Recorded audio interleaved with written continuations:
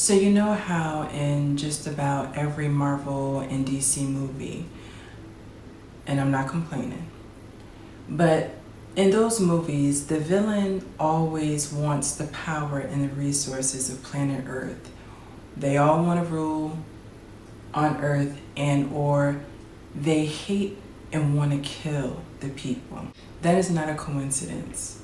It's actually the visual imagery of a higher spiritual truth from the Bible that we need to tap into and dwell in for this season and beyond.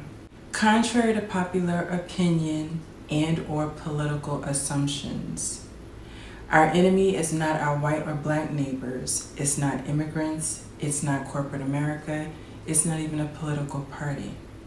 Yes, racism is a tragedy, illegal immigration is a crisis, wages that don't keep up with the cost of living is a crisis, and the strife and division in our government is a huge problem, but those things are not the real enemy. They are the fruit of our real enemy's work against us on a root level. And that's why we can't solve anything, because we're dealing with fruit when we need to pull up or cast out the root or the system. So to get to the root, the real root, both the Bible and the Quran tell us 5 main things we need to know about mankind's real enemy. Number 1, the text of both the Bible and the Quran tell us that the real enemy of mankind is Satan, the devil, and every angel that fell with him in the rebellion against our Creator. There's only one Creator, the one Almighty God, Jehovah, or in Hebrew, Yahweh, or in Arabic, Allah. Number 2, each text tells us that Satan is the one who's jealous of mankind. He is the one who started race supremacy. So we need to remember and understand that God did not create 2 different kinds of human beings, making one kind of human being superior or inferior to another kind of human being. No. What God did create is 2 different races of spirit beings.